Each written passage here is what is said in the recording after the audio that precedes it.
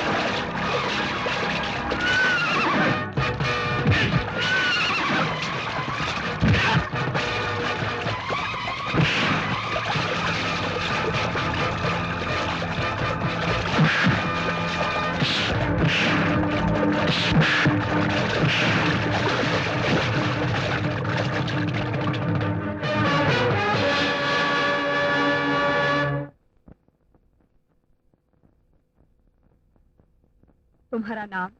रवि। काम क्या करते हो? कोशिश तो बहुत की, लेकिन इस सरकार ने काम ना देते हुए बेकारी रखा है। और इसीलिए तुम जुर्म की ओर निकल पड़े हो। जुर्म? कैसा जुर्म? तुमने रघु नाम के आदमी को मारा, क्या ये जुर्म? इस संसार में मारते तो सभी हैं, सिर्फ अंदाज अलग अलग है। जुर्म उगलवाने के लिए पुलिस मुल्जिम को मारती है। इंसाफ की कुर्सी पर बैठकर कलम की नोक से आप मुजरिम की जिंदगी को मारती हैं। उसी तरह शराफत की राह से भटके हुए एक आदमी को इंसानियत याद दिलाने के लिए मार दिया, तो क्या जुर्म हो गया? सजा देने वाले तुम कौन हो? मैं इस पवित्र भारत देश का एक नागरिक हूं।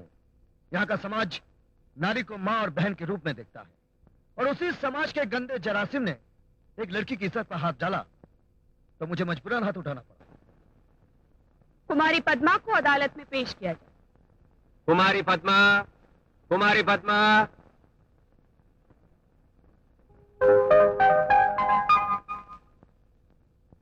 कुमारी पद्मा, रघु नाम के आदमी ने तुम्हारी इज्जत पर हमला किया था?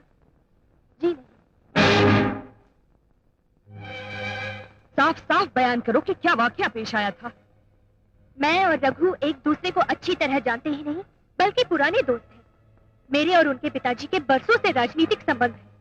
सिर्फ इतना ही नहीं, रघु एक आदर्शवादी हैं। उन्होंने एक गरीब लड़की को अपनी पत्नी बनाया।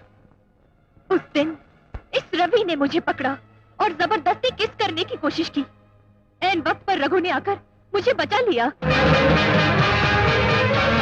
और इस रवि ने गुस्से में आकर बड़ी बेरहमी से रघु को पीट डाला।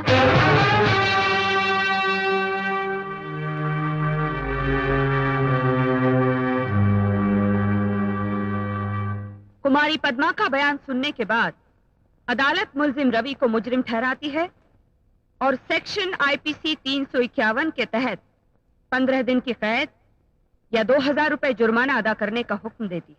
दीदी, ये अन्याय है। तुम्हें अपना फैसला बदलना होगा। Silent, silent. अरे तुम्हारे साइलेंस की ऐसी की तैसी दोबारा तो मैं देखती हूँ। दीदी, दीदी, ये क्या किया? अच्छा नहीं किया तुमने। क्या ये तुम्हें अच्छा लगता है कि वो... शोर मत मचाओ, ये कोर्ट चेंबर है। अरे कोर्ट चैम्बर है तो मुझे क्या? मैं तो आज तक समझती थी कि मेरे पति के पास ही दिमाग नहीं है, लेकिन आज पता चला कि तुम्हारे पास भी नहीं है। शांति, तुम तो अच्छी तरह जानती हो कि रवि औरतों की कितनी इज्जत करता है। वो साली लुच्ची लड़की झूठ बोल गई और तुमने सच मान के रवि को सजा दे दी। हाँ? अरे मैं यहाँ गला फाड़ फाड़ के चिल्ला रही हूँ और तुम जवाब तक नहीं देती। बोलो ना। 2000 रुपए जुर्माने की रकम भर दो और उसे छुड़ा लो। अरे दीदी तुम महान हो, मेरी प्यारी दीदी, हजारों साल जियो।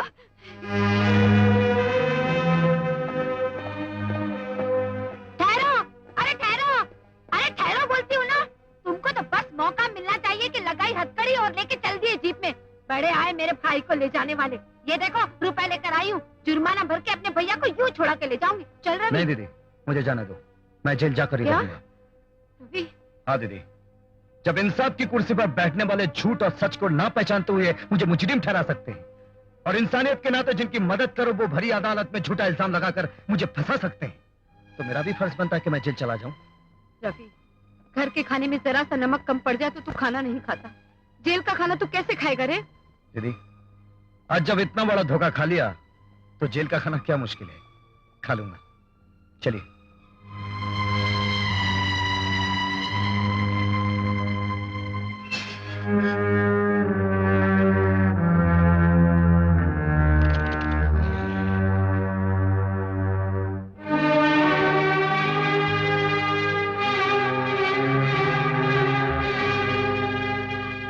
क्यों आई हो तुम? माफी मांगने। तुम्हें शायद धोखे देकर माफी मांगने की आदत हो गई है, लेकिन मेरी आदत नहीं है कि जानबूझकर गलती करने वालों को माफ कर दिया करूं। मैंने अपनी मर्जी से तुम्हें धोखा नहीं दिया। मेरे पिताजी ने मुझे झूठी गवाही देने पर मजबूर किया था। तुम्हारे झूठ से अगर किसी इंसान की जिंदगी बच सकती है तो बोल लो, किसी का घर बच सकता है तो बोल लो, लेकिन अदालत के कठघरे में खड़े होकर झूठ मत बोलो, क्योंकि तुम्हारे झूठ से तुम अपने रिश्तेदारों को, चाहने वालों को बचा तो सकती हो, लेकिन किसी बेगुनाह को बेइज्जत करके जेल की सलाखों के पीछे भी भिजवा सकती हो। मैंने पहले ही कहा ना, मुझे उस बात का अफसोस है। मुझे क्षमा कर दो। और मैंने पहले ही कह दिया ना कि मुझे जानबूझकर की हुई गलतियों को माफ करने की आदत नहीं है। ठीक है, लेकिन कम से कम ये खाना तो खा लो। शुक्रिया, इसकी कोई जरूरत नहीं है। मैंने तुम्हारी बहन को कहते हुए सुन लिया था कि अगर खाना मजेदार ना हो तुम बिल्कुल नहीं खाते, इसीलिए अपने हाथों से बनाकर लाई हूँ। जिंदगी में पहली बार चूल्हे के करीब गई हूँ। देखो, मेरा हाथ भी जल गया। अब भी नहीं लोगे?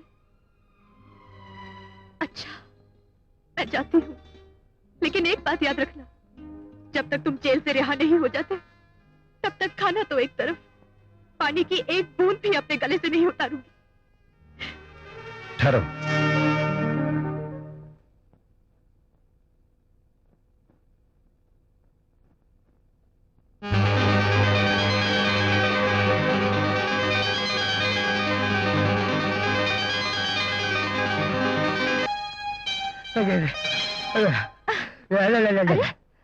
क्या मिर्ची ज्यादा है?